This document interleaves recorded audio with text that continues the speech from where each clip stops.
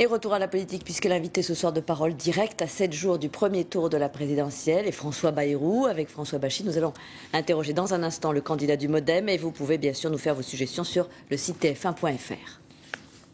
P comme produire en France, mais aussi instruire, deux des piliers de la campagne de François Bayrou. N comme ni droite ni gauche, François Bayrou qui renvoie dos à dos Nicolas Sarkozy et François Hollande. T comme troisième fois, 3 candidatures à la présidentielle pour François Bayrou qui a fait de sa ténacité un argument de campagne.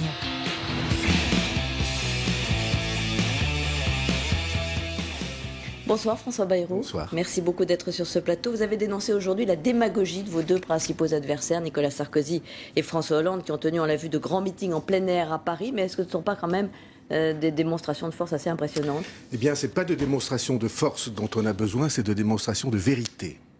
Et la manière dont Nicolas Sarkozy et François Hollande présentent la situation de la France, tout le monde le sait, parmi les observateurs, parmi les responsables politiques, c'est tellement loin de la réalité que c'est une manière de tromper le pays. L'un, Nicolas Sarkozy, dit la crise financière est finie. Alors, il suffit d'ouvrir un journal pour savoir que la crise financière, non seulement elle n'est pas finie, mais elle est devant nous. Et elle va atteindre la France si on fait les erreurs de jugement qu'on nous propose. Il dit « je n'augmenterai pas les impôts ». Tout le monde augmentera les impôts parce que le déséquilibre est si grand entre recettes et dépenses dans notre pays que pour effacer les 100 milliards, il faudra bien trouver quelques recettes de plus. Et quant à François Hollande, il dit notre pays a 100 milliards de déficit, eh bien je vais dépenser 30 milliards de plus. Et quand on lui dit mais attention, ça risque de nuire au crédit de la France, il dit je ferai plier les marchés financiers. Qu'il décroche son téléphone.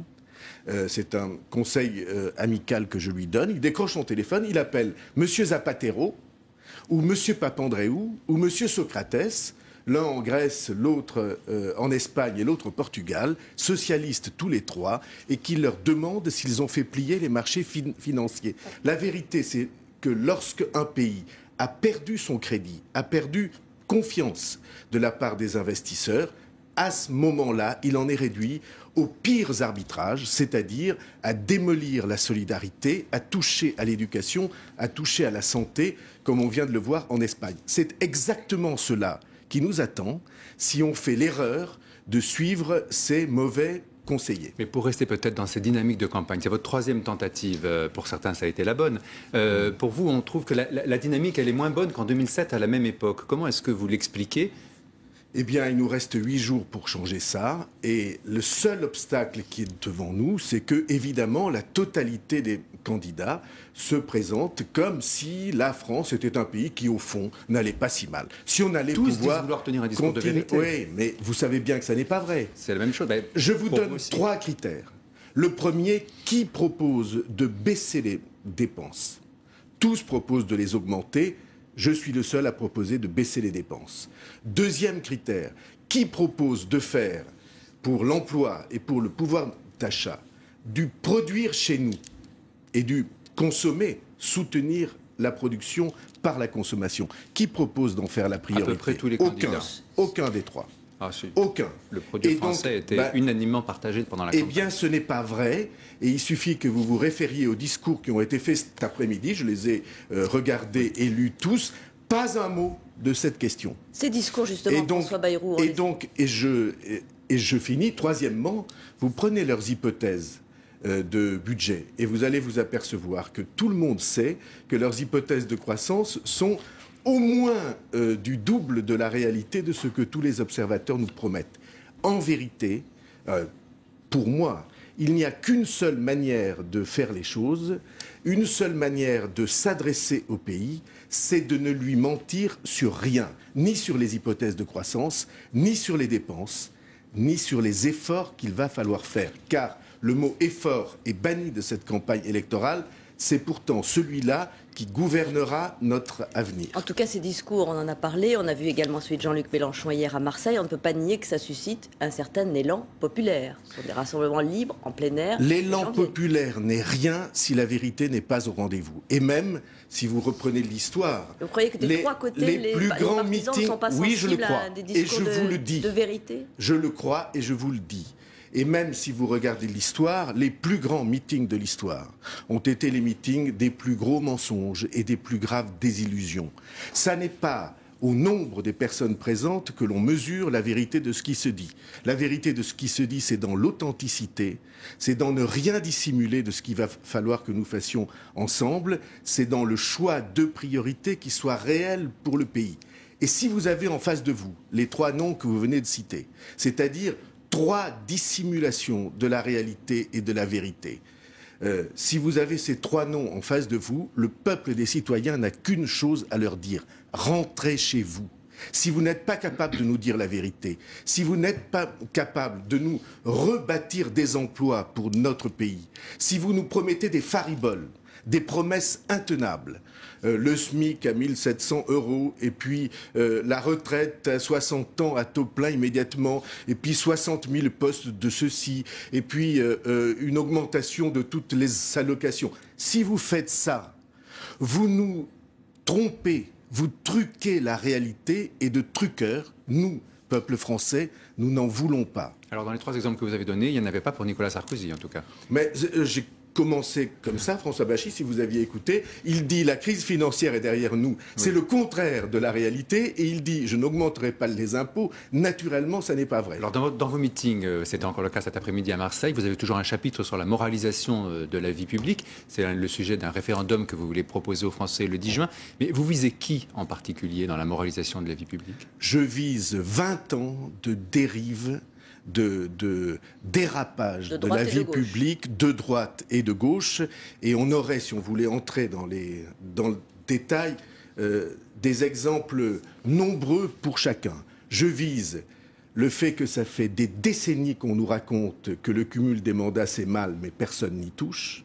Ça fait des décennies que les parlementaires votent sans être présents à l'Assemblée nationale.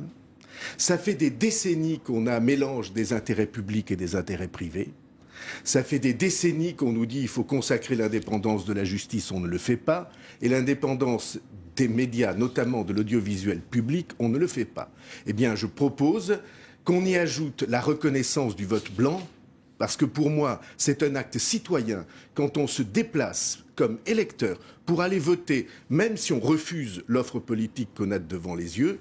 Autrement dit, une dizaine ou une douzaine de décisions essentielles qui, prises par référendum sitôt après l'élection présidentielle, permettront de changer radicalement le climat de confiance qui devrait exister entre citoyens et élus. François Bayrou, dimanche prochain, il resteront 2 candidats. Est-ce que vous donnerez des consignes de vote pour le deuxième tour?